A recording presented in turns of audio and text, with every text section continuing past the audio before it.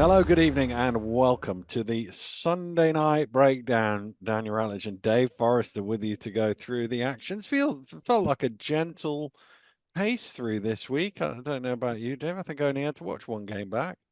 Yeah, it hasn't been that bad. Yeah. Obviously, it's been quite a long week because I started it on Tuesday at the arena with the Eagles in Europe. But yeah, and there wasn't any kind of 4:30 game thrown in on a Sunday just to screw up Yeah, everything. yeah, yeah. Managed to get a nice bit of lunch beforehand. I did miss a bit of last night's game because I had to go and watch Jonathan Pye at the City Hall. Oh, And okay. so I'm up to speed with some invective and my Let- adjective is going to be Yes. quality, I think. Let's keep to the Jonathan Pye on air rather than off air, shall we? Indeed. Do you want to touch on that European game then? Because Oh I yeah, missed. yeah, it was cool. It was a good game. The Polish team who needed to win, but oh, not great because they're like 5-15 in their league Yeah. against an Eagles team that I played Friday and Sunday.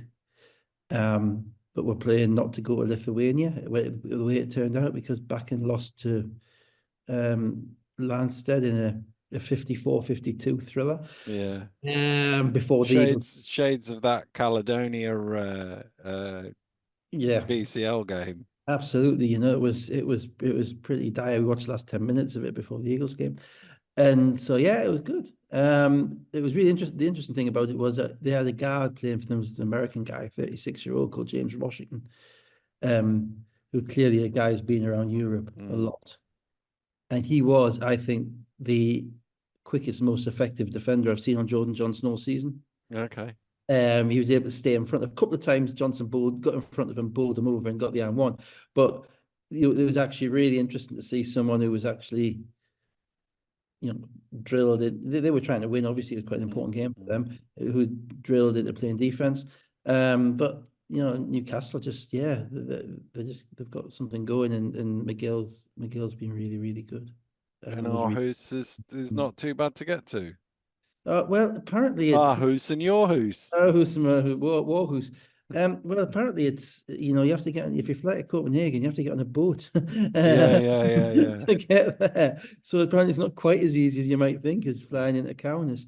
A boat or a hovercraft, or maybe they'll swim across. I don't know. Mm, But it should be good. I mean, back in they're a proper European team, aren't they? mm, So mm. that they've been in various competitions. I think they were a last minute entrant in this competition because one of the Russian teams or Ukraine or whoever it was, the Ukrainian team maybe couldn't enter. No, it was the It's the Israelis team, was it? Israeli team. Yeah, it was Yeah, in yeah, really was a Kosovan team pulled out yeah, as well. yeah. But anyway, so they were late in. But so it'll be good. I mean, they're pretty good. They've got some solid talent, but they'll only beat Mm, Bristol by like 10 in Bristol. yeah. Yeah, oh yeah, and we've got this whole thing about music playing during the games, which is winding us up as well at the moment. Yeah, well, come on, Dave. You and Pat like two grumpy old men going on What a about big man. music. I hate music because you Yeah, can't. but other people don't hate it. Well, yeah, so go to a concert. Yeah, well, Let's go I get don't music. know. It's one of them things. Now, full disclosure, I used to be one of those dudes playing music years ago. Yeah, I get Uh, that. but I don't. It's not. I mean, I'm quite happy for it not to be there, but I'm not bothered enough to be moaning on No, I Twitter am. about I it. didn't give a toss when I was a coach because I know you never notice anything. Mm, When you're coaching, you literally blank everything else out. yeah. If you can't, if it's if it's their kind of their subterfugal way of stopping me shouting at the refs, that's Mm, fine, but just be mm, honest about it. I just don't like it. I don't like it. I think if you want if you're only playing music because the crowd is quiet, get your team to play better. mm, Our crowd get louder. Because what happens though is it means the crowd gets quieter. Takes away mm, from home court advantage because it's neutral noise. I don't like neutral noise. I like partial noise. mm. So piped in music is neutral. But anyway, we'll see. I mean, it's yeah. So yeah, so that's yeah, a bit of pie rubbing off on me here. Not very good. The other Right. one, yeah, I'll take that. Yeah. Let's get on to the actual actions in the British Basketball League. Starting on Thursday night, Caledonia Gladiators 84, Surrey Scorchers 75. No Whelan, so Johnson into the starters. Both teams obviously with debutants, Quade Green and Emeka Obukwelu for Surrey. Onwas with 8 points in a 17-6 start. They were 11 up after 6 minutes, or inside 6 minutes, to be fair. I had it as Quaid. Is it definitely Quade? Well, I'll double check it. I'll double check it then. Quade not requiring a cute accent on the E or something. Well, I I did don't think Quaid. that's, yeah. I think you're Europeanizing an American name there, aren't That you? might be true. Yeah. Well, anyway, okay. Well, if you could check it, because obviously I'm a stickler for this type of thing. Yeah. Grumpy old man. Yeah, and the poor old what was his name? The Surrey guy. Obukwelu. Quello, he was the first guy this season for a while to get the big guy BBL. Yeah, He has four yeah, in about 3 seconds type yeah. of treatment by playing with a physicality which is outlawed. Sorry, we're dead flat in this game. Mm, I mm, mean, flat as a pancake mm. after Pancake Tuesday, which actually was last week. Yeah. They just really. I mean, obviously it's East Kilbride on a Thursday night, so it's a short week for them. But they're coming off 2 wins, and um, in a great win at Bristol, and to a certain degree, Caledonia's coming off 2 losses. So he's coming off 2 wins. Mm, Not the most unpredictable scenario as to what happened. mm, Caledonia played harder, played more defense than they did it against Leicester at the weekend. And Surrey were just flat. mm, Um, and Surrey have kind of got to that point now whereby again they've got a lot of players again. yeah. And a lot of players is great when you're fluent, but somewhere along the line, um, it has to be somebody's responsibility to win the game. Yeah. And I didn't really get this kind of the feel in this game that any of the Surrey guys, really took it on. You got Gooden playing 11 minutes coming off the bench in the middle of the second quarter. Mm, It's tough for an American who's played in college and, started the vast majority of his games in college. And now he's like the third point guard on the team. Cooper comes in, knocks down a couple of threes, but then he sits down again and he's yeah. a game. I just thought they had a lot of rhythm lost. I didn't think they were helped. I thought the refs let Caledonia get away with quite a lot of physical play. I'm not saying there were fouls, but I thought it was refed in a way with two of the younger refs, whereby certainly early on in the game, whistles were kind of swallowed a bit, and I thought that kind of knocked them, sorry, out of their out of rhythm or whatever. Just they never got into it. No, they didn't. They made a couple of threes to hang about a bit, but they turned the ball over a lot as well in the first Yeah. half. And Onwas was 8 for 11 for 17 points at halftime. And you're thinking, well, if he's got 17 already, when the other guys get going, that you're going to be Yeah, and in. the thing with Onwards is he's going to get energy points and Yeah, kind of post up points yeah. and cheap not cheap points makes it sound unfair, but he's going to get points without many players being run from. I mean, they did throw a few to him in the post, to be They fair, did, and he got a in this couple, game. Yeah, I suppose the point is that he's able to, he's got primarily one move in the post, which is the right mm, hand dribble, and then a little push hook over, and he made it about 3 times in a row by getting to yeah, his spot. So it's kind of a physical thing, and suppose he's got to his spot, and whoever it is guarding it, and he's got mismatches because he's got a mismatch on Kuba, he's got a mismatch on Mohammed, it's size wise, frame wise. mm, So it's not necessarily a dumb thing to do, and you made the plays, that's fine, but you just Surrey are relying on making a ton of threes, mm. and they didn't really get many in this game. No, early in the third quarter, Bothwell had a couple of and ones and 8 points in a 12-0 run, and that basically finished the game, really. Yeah, I remember thinking that this is my Thursday night. Mm, I've had better Thursday nights than watching this. Of course, it was on, so I had to watch it. mm. So yeah, it was a slightly it was kind of redolent of a team that had maybe thought it had gone farther around the corner than perhaps it actually Yeah, has. maybe. Yeah.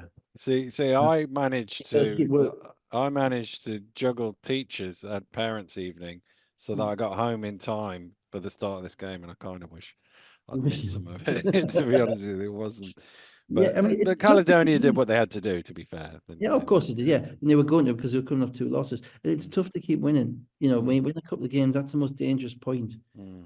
Once you get to where Cheshire are now, for instance, actually you're playing with house money, you're flowing. Yeah, yeah. Pressure is actually off because you've won so many games. But once you've won a couple, you know, when you think you've cracked it, Mm. then that's a point whereby, you know, can you if you win at Bristol on a Sunday or on Saturday and then win at Caledonia on a Thursday, that's significant validation. Yeah, yeah, it is. Yeah. They haven't got that point yet. They're not quite No, at that point yet. no. So Almaz only took 3 shots in the second half, so he finished with the 17 that he had at halftime. Bothwell with 15, Johnson 12 points and 10 rebounds. Lawrence 14, Wang 12, Cooper 12.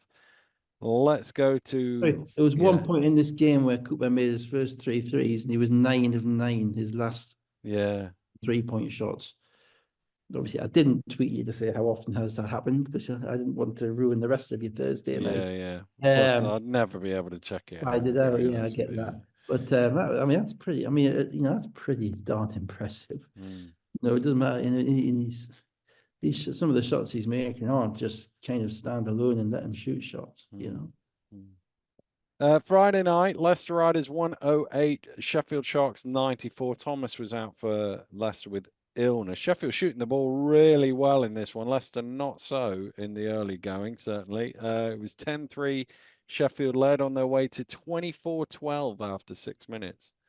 Yeah, it was like the longest rope a dope in history. This, you know, if you think of Thriller and Manila and all of Yeah, that. yeah, You yeah. know, before the game, Rob's asked, you know, what do you have to do? Well, the ball's going to see both sides of the floor. You got to play 24 seconds of defense, which would have been right from about 2017 onwards. Mm, mm, Probably after Mike Cook disappeared. yeah.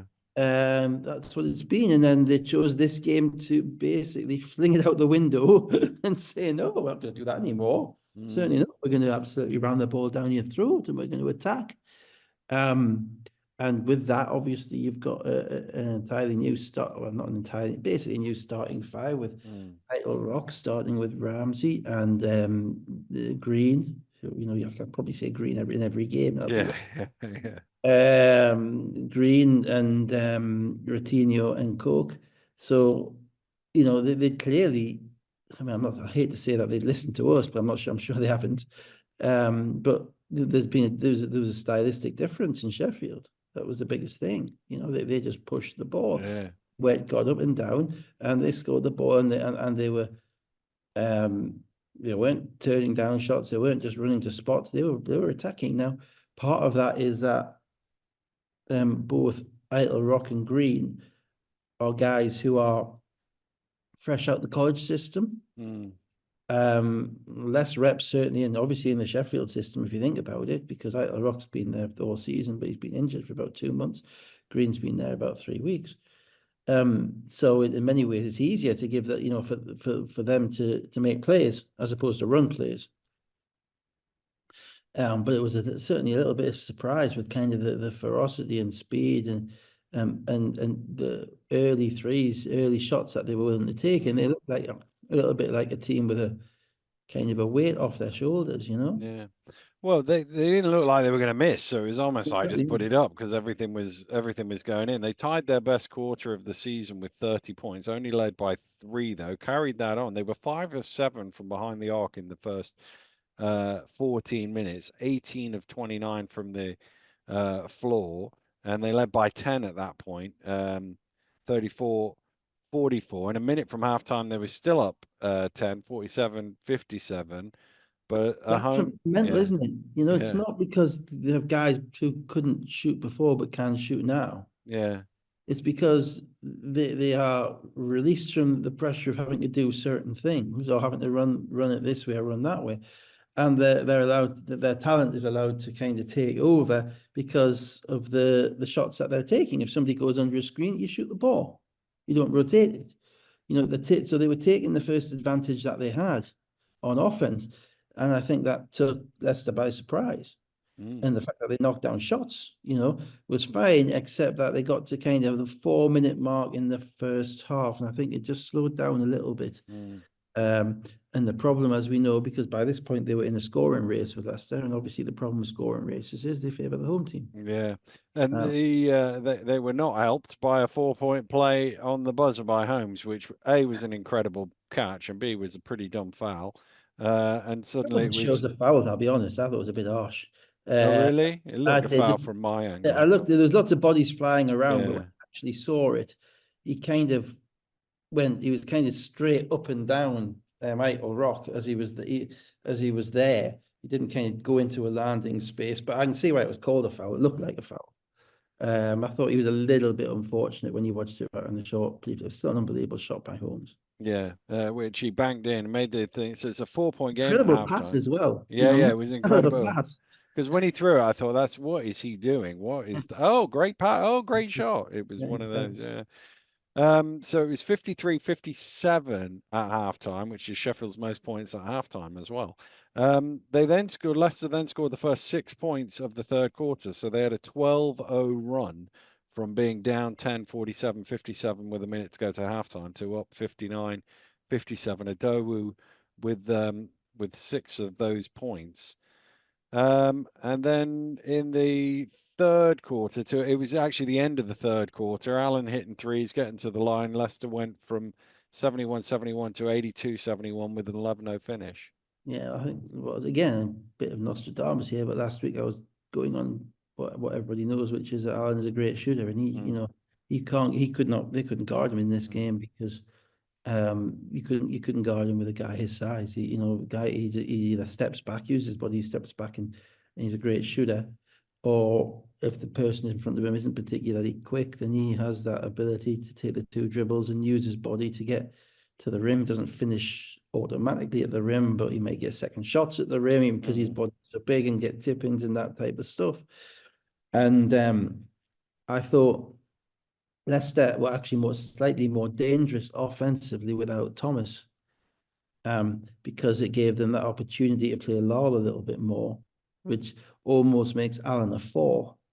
They swap around, but that with Allen, but if you play Allen's almost unguardable as a four, because he can the spacing is actually easier. The spacing is more natural because you might set the odd screen as well, and the catch and shoot opportunities are more.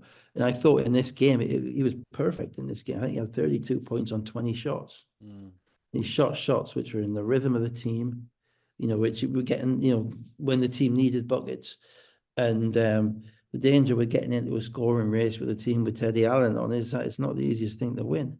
mm, And Sheffield, unfortunately, whilst they were true to the way they wanted to play, I think Rod Glasgow come in and made some threes and all of that. Um, they just ran out of steam in relation to the ability to put up 110. mm. Yeah, You yeah, know, yeah, that was yeah, the yeah, yeah, reality. yeah, They weren't going to put up 110. They yeah, ended yeah. in the mid 90s. Yeah. Well, they did have a 10-0 run in the fourth quarter to cut it to 87-86, and they then took the lead with 5.5 minutes to go, Well, 88-90.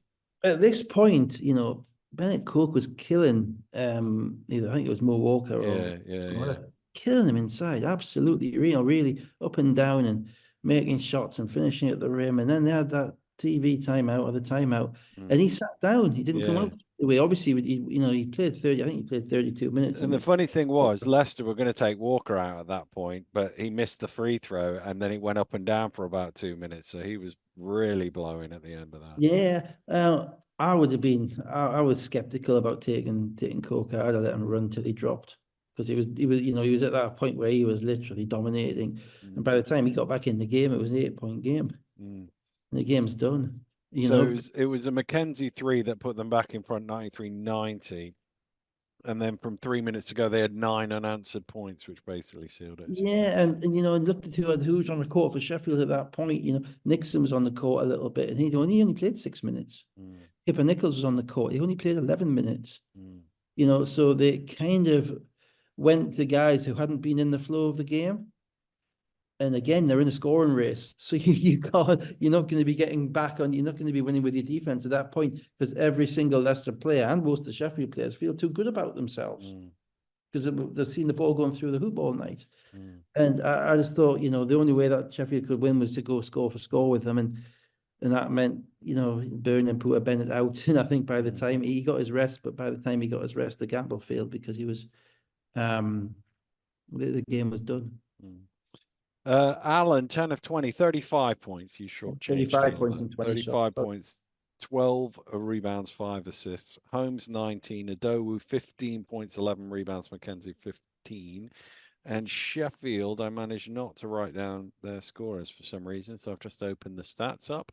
They had 19 from Green, 19 points and 11 rebounds, 15 for Eitel Rock, 3 of 6 from behind the arc, and 6 assists as well, and 14 from Cook, 14 and 12 points and 3 blocks as well. He was a +4 as well, Bennett Cook, which was the best plus Yeah, minus on the team. yeah. Yeah, you can see that obviously it's very difficult to change horses in midstream or to change styles in mid-season. And you can see they're a work in progress. I mean, Eitel Rock played 37 minutes in this game. If you'd asked me before the game how many minutes would Eitel Rock play, even if he was starting, you'd be looking maybe mid-20s at most, given the depth that they've got. They got Ramsey, they got Glasgow, they got Nixon. It's 4 guards. You've got to find minutes for 4 guards, and none of them are really 3 men. So you could maybe play Nixon a bit at the 3 if you wanted to, but he didn't because he's got obviously Routinho who plays minutes. So Rock did 37 minutes and Nixon played 6 minutes. Glasgow, I think, made every shot he had. He only played 17 minutes. Bennett Coe played 32 minutes. Del Pesh played 3 minutes. So there's still a disconnect in relation to everybody's roles on that team because 3 weeks ago Nixon was starting. Now suddenly he's American, he's sitting on the bench. You think I'm only playing 6 minutes. What's going on here?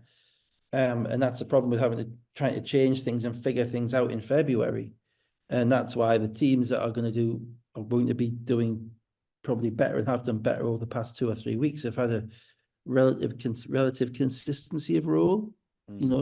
Kind of style of play, and that includes Leicester, who've kind of got it ticking over. It includes Cheshire, obviously, includes Newcastle, and includes Surrey.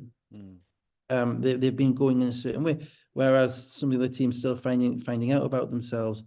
Leicester, yeah, offensively, again, very, very good. Defensively, not great on ball. Initial point of impact defense. You're giving it 57 in the first half. It got better. I'm sure it always would. But you're not happy giving up 57 in the first half to anybody. It doesn't matter if they're taking the first shot. Because if the ball's not moving much, it means that basically you got to bone up and play D. The guy who's guarding the ball, the guy who's guarding the ball screen. Yeah, has to guard the ball. You have to assume the shot's going up. You can't kind of sweat off the ball, sweat and just think, that's all right, he's passing it over there, I'll run through the key, I'll get a rest. It doesn't work like that. And that's kind of the way Cheshire have played all season. You got to defend whoever's got the ball at the point that they've got the ball. So kind of Thomas is a miss, obviously. But as I say, offensively, it doesn't hurt them as much as it probably does defensively with their rotation. That was Sheffield's 9th consecutive away loss, which I'm told is their worst ever run. I'll remind me at the league table to give you their home and away record because it's quite stark. Plymouth City Patriots 80, Newcastle Eagles 92. Faulkner was out. We learned today that he's done for the season after that knee injury that we were worried about last week where he didn't get off the ground. All I will say about that from Plymouth, not from Faulkner's perspective, because obviously it's anybody who's injured for a season is pretty awful. But from Plymouth's perspective, it's better it happens at the end of February than the beginning of March. Yeah. And they can still bring a replacement in if they want, or if whoever's funding them allows them to. And PJ's done pretty well with his replacements this year. So it'll be a little bit of a uptick for them there, depending on what their finance situation is. Yeah. Wiley scoring well. Hart hit a triple. Plymouth out to a 16-8 lead early on. Newcastle got ahead in the second quarter. This is just back and forth, really. Neither team getting on top. Yeah, it was Newcastle's 4th game in 7 days, so I do cut them a little bit of slack, to finish your 4 games in 7 days at Plymouth. I think Leicester did the same tonight. Leicester had 4 games in 9 days. They finished at Plymouth. It's kind of, you make it to John O'Groats, you've done it, you've done the work. So I'll give him it in that. But they'd rested Defoe on Tuesday night, so he was ready to play in that game. And the starting point I thought was from Plymouth's perspective, they run nice offense. You know, they all when with their line, with Joe Hart in there in particular, kind of being the continuity guy, moving the ball, getting the everybody else kind of, and Dusha, they're very good at getting the ball where they'd like it to go. Their issue is athletically, are they going to be able to score enough? Are they going to be able to finish enough at the rim? But they do get the ball where it needs to go. Third game in a row on the road that Newcastle have started by not defending anybody. Yeah. Which, to be Yeah. honest, is slightly concerning to me because, you know, the first, you know, I do think they're very much in the mold of let's see what you've got, guys. You Mm. know, as opposed to we know what you've got, we're going to shut it down, which is what Yeah. you should be doing. The first 5 minutes of the game, that should be when you're the most ready to defend. Yeah. Because your scout will be based around who's starting for the opposition and what they're running. You can't ask players to kind of maybe more than 4 or 5 players, but the first 4 or 5 players, they should know what's coming or know what type of players are going to be run, who's going to be looking to get the basketball. And basically on a regular basis, the Eagles aren't ready for that on the road. So that's 3 games in a row. Against Manchester, and they were good enough to survive it. Against Cheshire, they weren't, and against Plymouth, they just about were. But then yeah, the game kind of settled down into yeah, you score, I score, and the difficulty with that for Plymouth was they weren't quite scoring at enough rate, so it didn't become a scoring race. It was just there was just enough stops happening, if you know what I mean. Yeah. Yeah. Whereby you were wondering whether Plymouth could maintain it to the end. Green never got going, and obviously Newcastle had the McGill factor, Yeah. which Yeah. won the game for them. Well, let's get to that really. 4 minutes to play. It's 74, Oh, whoa, 74. whoa, Yeah, whoa, what? whoa! What about the foul Oh, am I that gives skipping them 3 past? Am I out? skipping past the Defoe foul? Am I? Yeah. Is this what it is? Yeah. Yeah. There was a couple of slightly Yeah. unusual calls in this game. It was different Yeah. because unusual. Yeah. Okay. Yeah. So yeah, whoever drives and penetrates, and Darius is in the circle, Yeah. and he kind of goes up and he creates contact after the pass, and so Yeah. it's a charge. So it's either incidental contact or a defensive foul. Yeah. But even the commentators were confused by the fact that the refs decided that the contact was The so basket as well. it Yeah. was it was after the Levi had actually caught the ball and rose up to shoot it, Yeah. having received the pass. Yeah. And as I say, there's a few calls this week who've been a bit like that, and we'll get to the Yeah. Surrey game in a minute. But it was my TCBH, too clever by half. Yeah, yeah, it I was. mean, Yeah, it was. I mean, I thought it was a foul by Defoe, but there's no way you give the basket yeah, I on mean, that one. Yeah, you could easily no called it and given him the yeah, basket. giving him the basket. You Yeah, know, I yeah. mean that's big. I don't think PJ would have been going mad if you not blown the whistle and got 2 Exactly, points because you get out the of it. 2 points.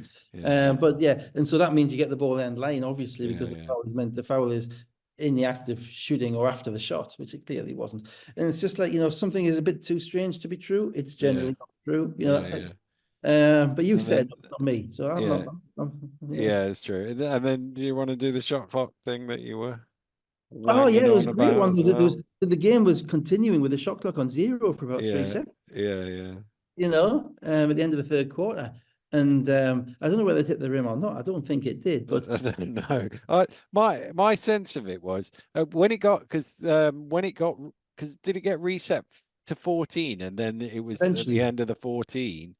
I think wasn't there a shot and it got reset to 14 and I don't think it got reset properly and then it was did the ball hit the ring or not? No, it wasn't. It was hard to tell, but it didn't look like it had hit the ring. no, but But my issue on wasn't that. zero, so it was like Yeah, my issue was just that the shot clock was on zero for about yeah, 3 seconds and no one yeah, did anything. yeah, It's like, yeah, well, what? Something's got to happen. yeah, Yeah, so it's all a bit bizarre. But yeah, apart from that though, I mean, there wasn't, the game went up and down, and then yeah, in the last 6 minutes, Newcastle actually came back with what I think is probably certainly their best defensive lineup, with the three guards, Ward Hibbert at the 4 and Darius at the 5. And Plymouth, I think, scored 5 points in the last 6 minutes. yeah. And Well, some of those were bad decisions in early threes, but others were, but the Eagles didn't give up any second shots. Ward Hibbert was very good on the glass. Defoe was marshalling them, and McGill took over at the other end. yeah, it was 18-6 in the last 6 minutes of the game. 4 minutes to play, it was 74-74. McGill had 11 points. down the stretch to seal it, and obviously he used to play on that floor. And So it's all about lineups, you know. Lineups make so much difference. You know, Taj Green, and Delpesh to a certain degree, they were struggling to defend all the movement from the smaller Plymouth guys. mm, They were getting layups, they were getting rebounds. There was one where Levi threw a great pass over his head on an offensive rebound, but if you freeze the video, then Green and Delpesh just stood there, just kind mm, of hating until we picks the ball up and lays it in, you know. So you needed that. They needed that kind of nous from Ward Hibbert. He was plus 17 in this game in 17 minutes, you know, and that type of those little things which really do make a difference. And Darius was very good as well. To be fair, 14.8 of 7 of 12, made some shots. Wiley 15.7 rebounds, Atwood 15 points, 12 rebounds, Copeland 15 points as well. 19 offensive rebounds, but only 8 second chance points for Plymouth. There's a lot to like about Copeland, mind. Yeah, yeah, He's yeah, clever and he can shoot the ball. He seems to play with a bit of poise, bit off the dribble, just good length. You know, he's coming to the team and coming to the league into a difficult situation. Mm, Certainly not looking out of place. I think he no, played 31 minutes in this game, which kind of says it all, really. mm. McGill 27, 14 of 16 from the free throw line. Austin was 8 of 12 for 18 points. Defoe 14, 4 of 23 from behind the arc. Newcastle, but they were 22 of 27 from the line. So And that's your fourth game in 7 days on yeah, the yeah, Plymouth. You shoot 4 of 23. That's why you kind of looked like a better. Let's put it this way: it looked a better result tonight than it did on Friday. yeah, yeah, yeah, yeah. No, definitely. Saturday, Surrey Scorchers 89, Manchester Giants 85. Anderson and Jones were both dressed, but neither of them played. Not a lot in this early on. Oh, Surrey hitting a Harris, few. Hey, Harris wasn't there. who Harris wasn't there? wasn't there. Harris, yeah, sorry. Yeah, yeah, yeah, yeah. He wasn't there. He wasn't on the bench. Yeah. And nothing was said about that, so I don't know what's going on there. He hasn't been playing much recently. Um, so that's kind of the first intriguing thing. And then yeah, and then the game kind of started and so we were pretty flat again actually at the beginning. Yeah. They made the one guy who wasn't flat was Jameson. They hit a few threes. Jameson crashing the offensive boards, got them some second chance points. At the other end, Stampley was playing really well. Lewis was taking a lot of shots. Yeah. Well, Stanley is a guy you have to admire because no matter what kind of the team around him, no matter what the ecosystem is kind of dredged up, he's been consistent in the way that he plays. Mm, He's a solid athlete. mm, He shoots the shots you would expect him to shoot. Doesn't always make them, but he makes enough of them, mm. and he tries to play defense. Yeah. You He know, plays hard whether he's playing 5 minutes or 25 minutes. yeah, and so there's a lot to like. Little things, you get to this point in the season where you start seeing, who's there, who's here for the ride, or who is here, who has that kind of grinding mentality, who has a chance of making it, of getting on past this year, because everybody is middle of February, everyone's looking for jobs next year Mm, now. Not mm, necessarily in this league, in any league. All these games are on YouTube, they're available all around Europe, mm, You need to be, there's always somebody watching, as Drew Lasker would say. So yeah, he got a good start. He made a few shots, and he's playing the 3 spot as well. Obviously, lots of minutes there with Jamel not being there. mm, That kind of helps him. But yeah, I didn't think Surrey defended the 3-point line very well. Again, they fall for the Boussier kind of little inoffensive, get looking guy, kind of, you can't do anything. Oh, bang, bang, bang, bang. There's 3 threes on you, yeah, yeah. without putting a hand up. And the tempo was really good for Manchester for most of the first half. Yeah. 45-46 at halftime. Start of the second half, Lee dunked, Pooh Robertson dunks, Giants out to 45-52, and they At the were, start of the second half, Surrey were atrocious. yeah. First 5 minutes of the second half, Manchester should have been up 15. Mm, Surrey's, they turned the ball over. I mean, Lloyd's mouth doesn't move much, but there was a disapproving frown, I think you could put it. yeah, yeah, yeah. They missed layups, they missed chippies. Manchester got out in transition and made a couple, but they didn't knock him out. No, they should have took more advantage of Yeah, the it was a momentum that Keystone was Cops. with I mean, them. it was Yeah, a monsters from Space Jam. yeah, yeah. They were just weren't where they needed to be, and that's tough because Manchester, sorry, I'm going to keep missing those shots, Mm. and They made it. They made enough threes to get it back level. Bailey Steele, Lawrence from behind the arc. It was 54-54, and then they sort of righted the ship a little bit. Lawrence hit a three. Cooper then comes in and hits some threes after he got. There was the free throws, which I thought were a little questionable. But once he's no, the seen the three foul ball, shots. yeah, yeah, yeah, Oh, that's yeah, rubbish, wasn't it? yeah, yeah, Is that the one in the left hand in the bottom corner? yeah, yeah, Yeah, I yeah, yeah. mean, again, that was again TCBF, too Mm, clever by TCBH, too clever by half. mm. He got bumped.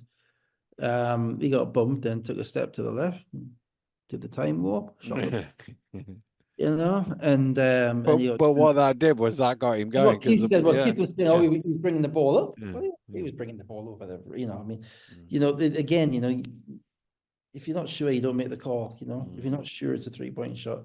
We had one at the end of the Eagles game on Tuesday night in Europe where McGill made one of those kind of, I know I'm going to get fouled, Yeah. and so I'm going to pick the ball up and then throw it from 30 feet, and it went Mm, in. And I thought, well, hang on, the ball's been picked up. He's in his steps. So why is mm, that not 3 shots? But they wouldn't review it. Apparently, they couldn't review that call, and the Polish ref gave it as just 2 shots. mm. But ultimately, if you're not sure, you don't give that Yeah, foul. No. yeah, yeah. So yeah, he benefited from that. And there was a couple of interesting little out of bounds plays where the refs got a bit confused, I gather.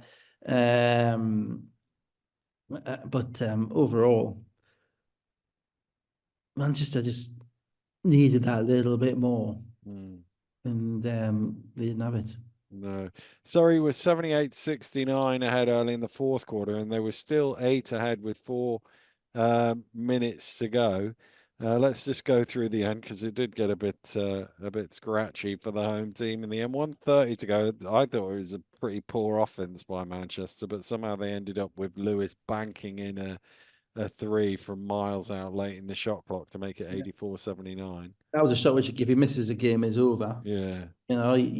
It's a bad shot, and yeah, it's a poor offense. But Well, he has to shoot it because of where the shot clock was, if but you're the fact that sorry, they got to there was, if yeah. you're sorry, you don't want Nick Lewis shooting the ball at that point. No, no, I no. don't care. Nick Lewis is a bad shot maker. He makes hard shots. Mm, He makes why are you shooting that? Oh, gosh, nice shots. mm, mm, And he's the one guy that you wouldn't want touching the ball yeah. at that point. So they gave him the space to get it off. It went in. Mm, Live and learn.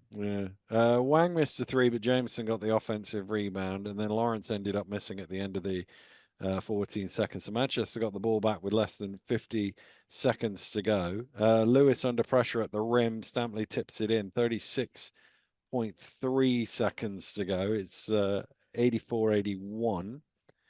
And then they got the ball into Mohammed. I was wondering whether there might have been a little push off there, and then Lewis knocks That the was a ball definite away. offensive foul. Yeah, yeah, I'm not being you were wondering whether there was a little push up. yeah, My eye popped out of my head. I mean, he yeah, basically wiped him out with his off arm. And again, and then they called the defensive foul. And it's tough for refs because at that point refs are kind of conditioned to call defensive fouls because they know it's coming. yeah. They know that the team is looking to foul. But when there's a trap, you have to ref what's in front of you. Mm, And that at any other point in the game, it's the clearest offensive foul you could ever imagine. And I wouldn't have been very happy if I was Manchester. mm. So Mohammed goes to the line, makes two, 86-81. Timeout advanced the ball. They took a lot of time to Yeah, get a they score here, did. but Stampley did score. 20 seconds to go, 20.7. It's 86-82. Timeout advanced the ball, and I immediately thought of you, Dave, as Yeah, Quinn Cooper came running up, yeah, caught the ball absolutely wide open, nobody within 10 feet of him, and then they eventually got to him and fouled him. yeah. It's a strategy. It's very hard because you're trying to stop people moving, and it's a game which allows freedom of movement Mm, effectively. So you're trying to stop someone. You're trying to. It's almost like you're in a playground at school, and you're trying to kind of shadow dance with people, mm, and that is very difficult. But there's 5 of you on court, and there's only 4 of them. mm, So there's opportunities there. And I just think, it's an underused practice, underused skill. There's I, certainly opportunity to funnel it away from but what you'd is have thought normally so, a wouldn't very you? good free throw shooter. You thought so, wouldn't you? I mean, generally what happens is the bigs are setting screens for the guards. The guards Mm, are basically coming towards the ball because you don't want to throw the ball over the top at that point if you can help it. Too many things can go wrong. So the guards are either coming towards the ball to the top or coming towards the ball to the corner. Um, and if you can take that away, then the bigs have to turn and face the bigs have to be the release men. So they have to mm, be the people who come and face the basketball to get it. So the aim is you make them throw it to one of them, and then you jump on them, mm. because you've got less chance. But they didn't. Cooper only went 1 for 2 though, so it was Yeah, 87 at 83. good ball. Timeout, advanced the ball. Good play by Borsia. Passed it in, went straight to the rim, got it back, laid it in. 14 Yeah, seconds to go, 87, 85. Then Lawrence is fouled. He makes 2 free throws, and that was basically it after that. 89, yeah. I mean, 85. they're a game bunch, Manchester. They're all competitive. You just don't have much faith that they're going to know where they're going to score in the crunch. Mm, Um, in in relation to Surrey, they had to win that game. That was kind of we're kind of holding the bend as opposed to mm. going back round the corner we've just turned. They're holding the bend. If you Yeah. don't, so they had to win it, but it wasn't overly convincing. Justin got frustrated in the second and the third quarter. He didn't come back in the game. Um, the new guy, I'm going me, help me out. Robert Quillo. Aquilo again, struggled a little bit with the speed of everything, and this is where people are always there's always the comments. Oh, we need to develop. Bailey in both games played very well. I didn't mention Mm, on Thursday night he came in, got some minutes in this game as well. Was knocking down the shot with mm, confidence, finishing at the rim off the drive with confidence, and he's developed in the minutes that he's had clearly. But this is a decision that coaches and GMs have to make at this time of the year, and we always hear about how we should be developing young British players in the British Basketball League. And I've always kind of rode back about that and said, no, if it's not a league to be developing young British players. We want the best ones. But if they can't, if they're not going to help their team win, then it doesn't do anybody any good. mm, And all it does is it knocks out a professional who's been a professional for however long from having a job. mm, And what they have had to decide was whether they were, once Hunt went down, whether they were going to sign another import player, whether they were going to play Okasimi more. mm, And they've decided that they're going to sign another import player, and so Okasimi doesn't play as much. mm, And I would have done exactly the same thing because he's shown nice things in isolation.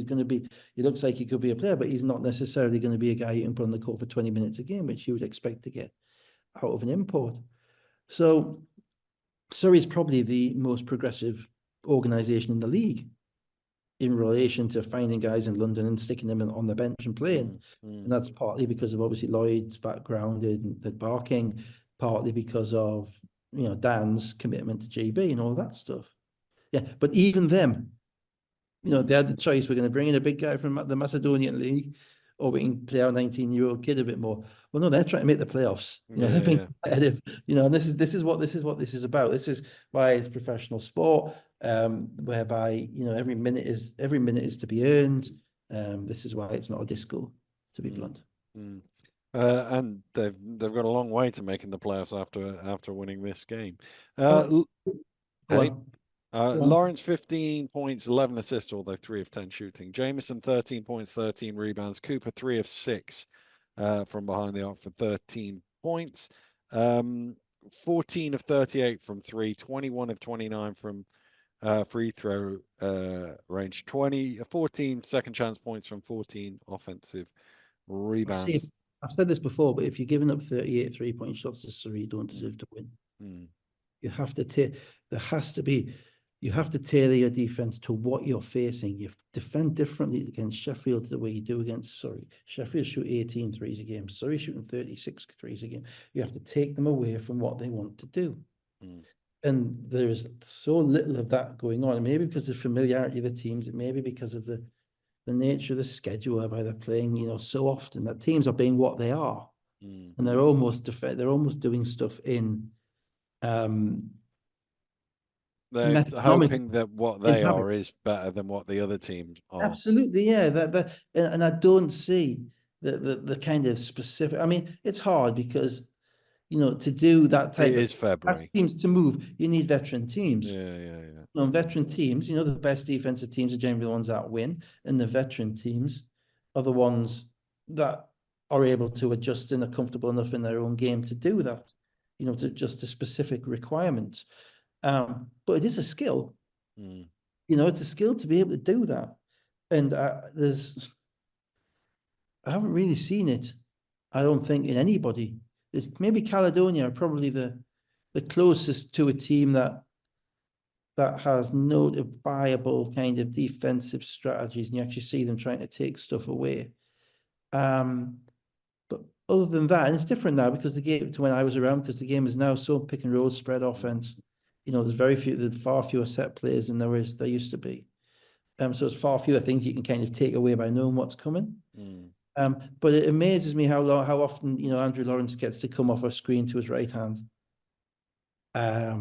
Or Justin Robertson gets to shoot a three without being run off the line. That's just Surrey.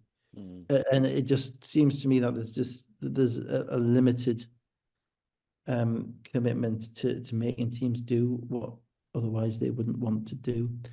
Beyond that, legal hat on. Discipline, Manchester. Oh yeah.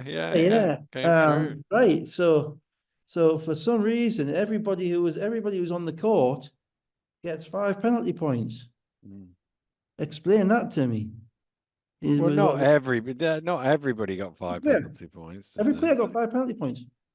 Oh, I missed that bit. I know Anderson did, and obviously Lawton got 2 games, and they got 2 games. The coach got 1 game, which I think is pretty harsh. I'm not sure he can be blamed for for Lawton deciding to push somebody. But it said on the summary, every other player got 5 penalty points. Presumably, they're not supposed to go over to what was going on. It didn't explain why. And I had a couple of texts from a couple of outraged ex-players who said I'd be absolutely peed off if I got 5 penalty points for doing nothing. And so I thought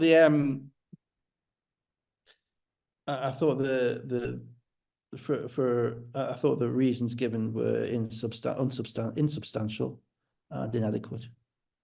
I thought if you're pushing a spectator, I think 2 games is very, very limited. It's quite clear that it's because the spectator got banned that there must have been substantial provocation. I think they should have made that clear in the press release, that the reason this was 2 games was because of the substantial provocation, which has resulted in the spectator being banned for life. And it wasn't made clear. I also think they should have explained what Simonian's culpability was. If it's failing to control your players, fine, but it's the end of the game. It's not in the middle of the game; it's the end of the game, and I think that's a little bit tough. Anderson is a non-player, but he's over there, basically having an argument with somebody. What's his culpa? Why is he getting only 5 penalty points if he's been kind of brought over to it? I just think the whole thing has been badly handled. I'm sorry, I'm coming at this from a kind of a disciplinary background. I think more information would be required. I think it's important that you provide that more information so people understand why, so people understand what the parameters are for future incidents. This is, because at the moment it's clear, to me, it's clear as mud. Exactly, as I say, if you push somebody in the crowd and, that little boy who had his head hit, he'd fallen over and banged his head. Come out of hospital. Yeah. I mean, there are things you can and can't do as a professional player. And I just think it would have benefited from a lot of more explanation than we got. And I still don't know about Lucas Polizzo leaving the bench. Yeah. Presumably, nothing's happened. Nothing's happened. Going to happen. But if a disqualification, I always went to discipline when I was around. I'd say I'll leave it alone because the Glasgow guys will think I've got it in for them. But I genuinely haven't. I just think the whole thing is, it is. I think transparency solves a lot of problems.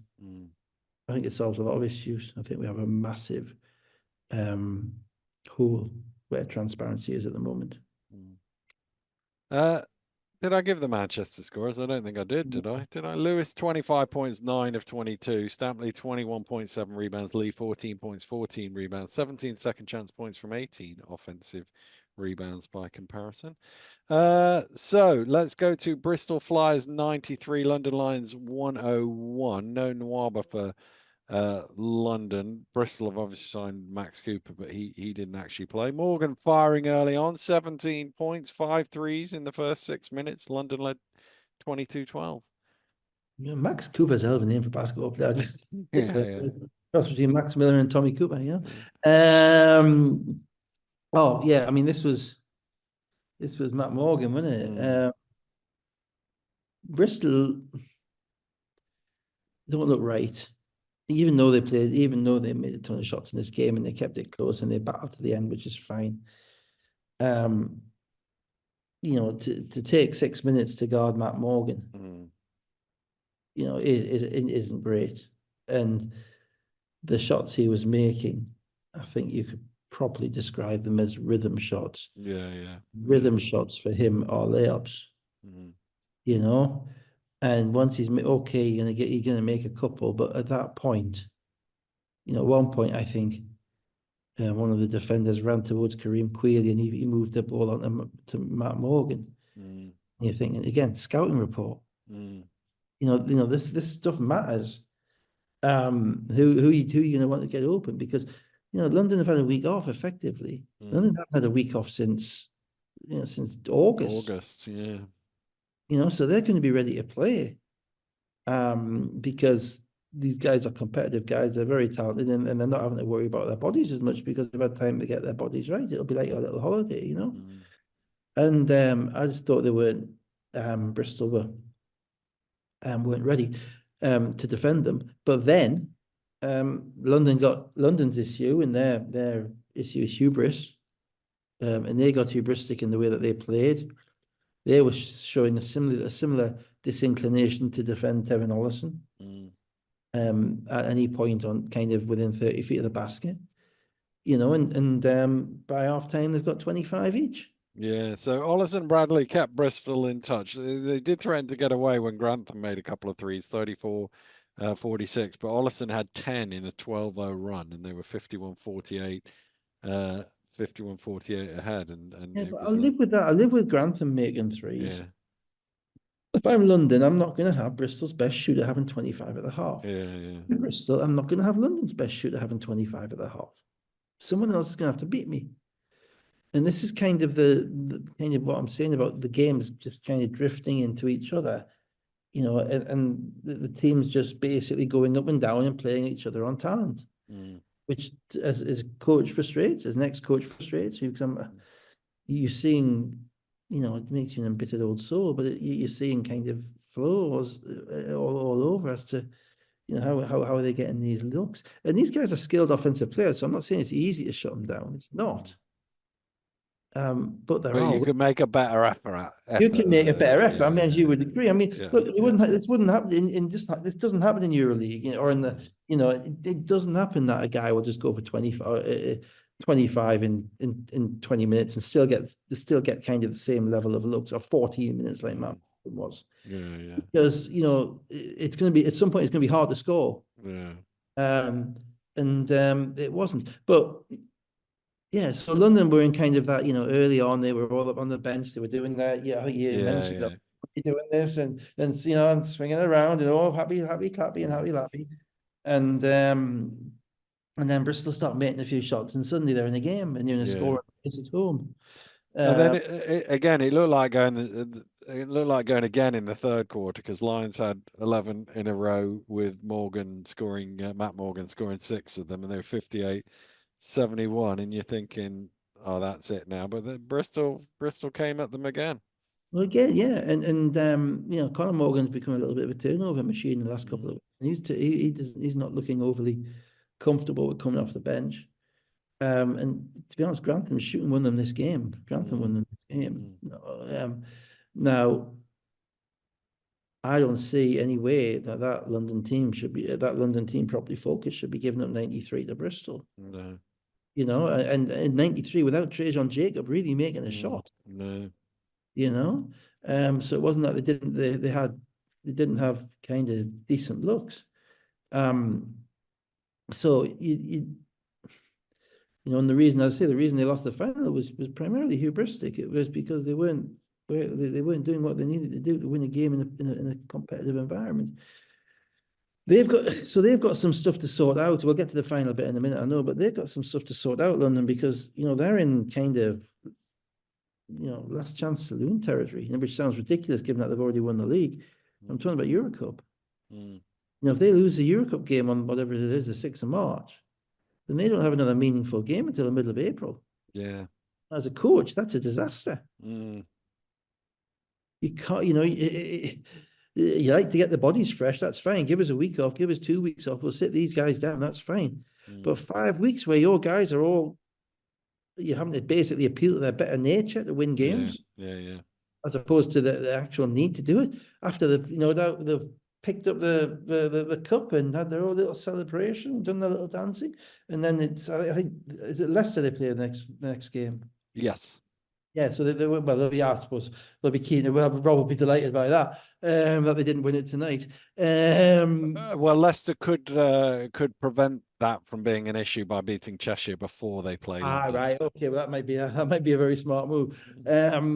But it's kind of crux point for them. They built up the whole year for Eurocup primarily, and ultimately for the playoffs, because these are American pros, particularly at the level that they're playing at. They're playing for the playoffs. The league didn't mean that too much to them.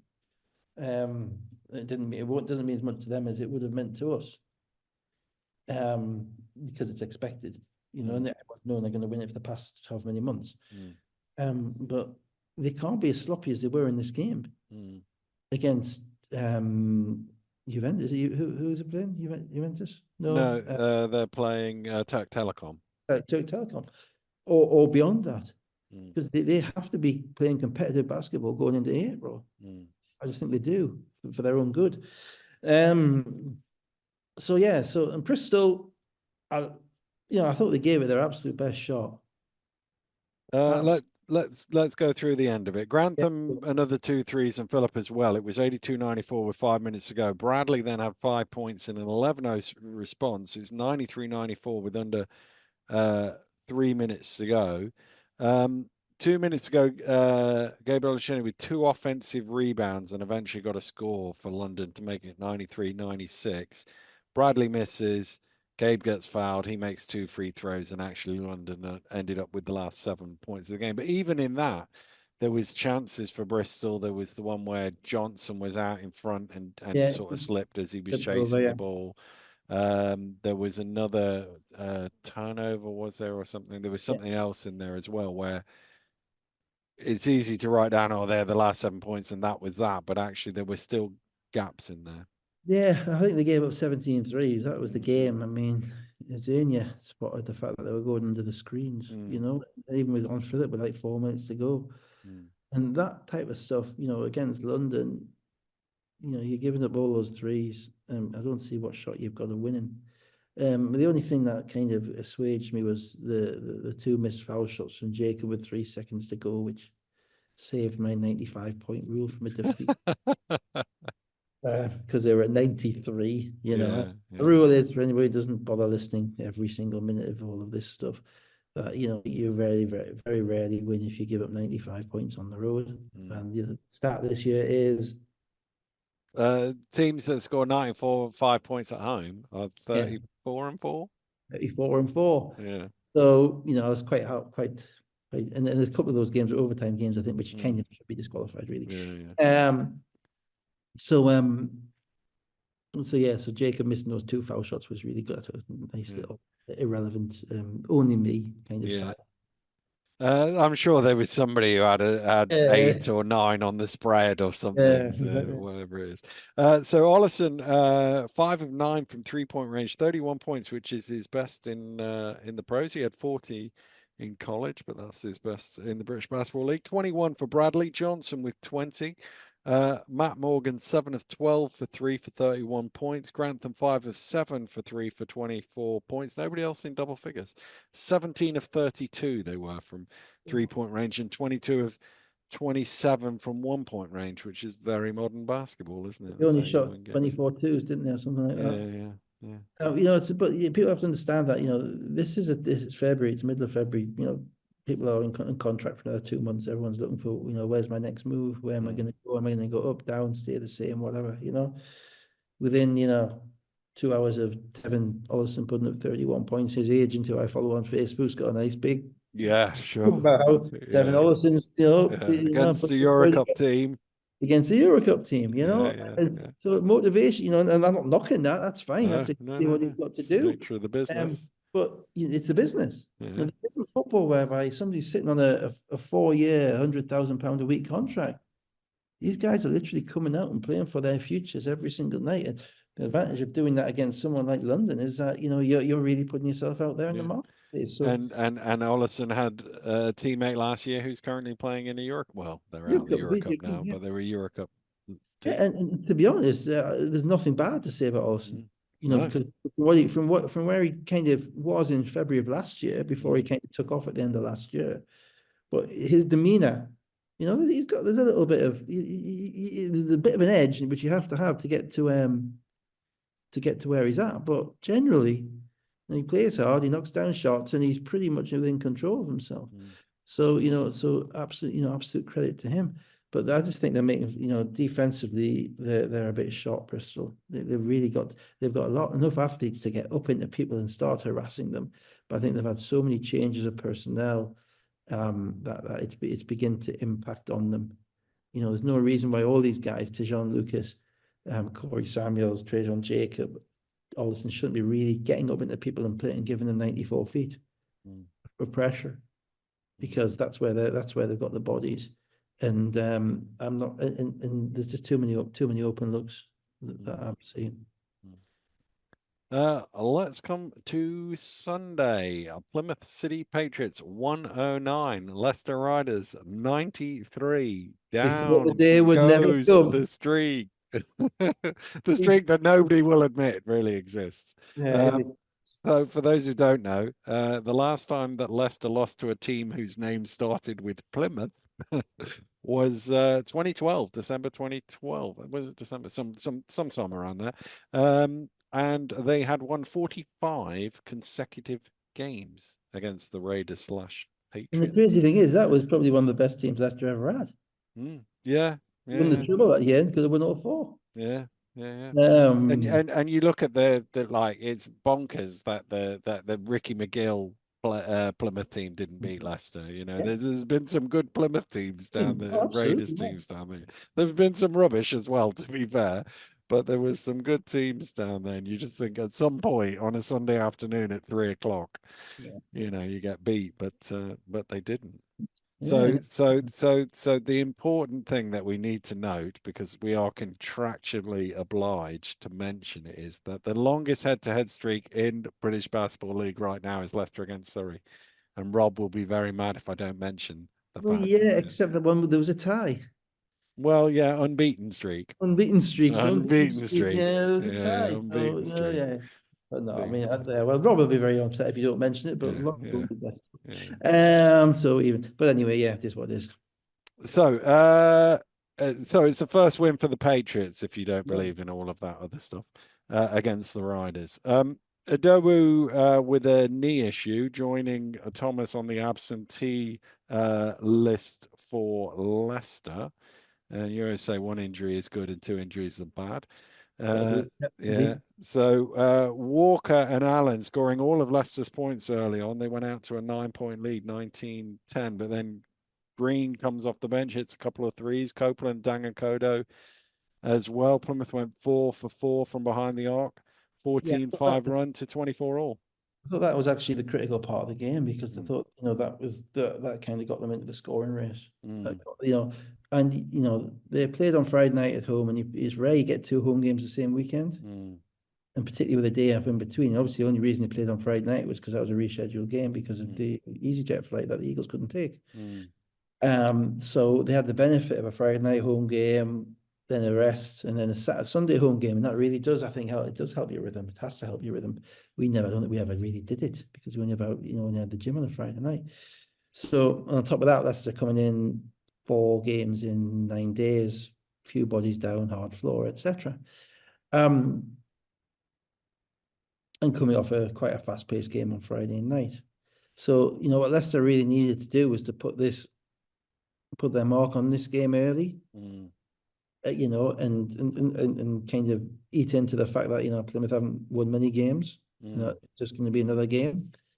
And they And did that's that. probably the point at which, when they're 19-10 up and Mo Walker's about to Absolutely. sit down, that's normally where Adowu would come in and he'd stretch the floor and hit a three, Well, get an offensive rebound or whatever. absolutely, yeah. Or he'd be starting, and Yeah. because wasn't it? Because you had to start Lyle in this game. So that does hurt them. But let's be frank, offense wasn't their issue; it was No, defense. no, no, it was. You Yeah, know, and what happened was they ran into kind of Tyrell Green, playing the game of the season. Mm. Because he made shots. Copeland, I think, is always going to make shots. Green was 1 of 9 on Friday night. Yeah, yeah.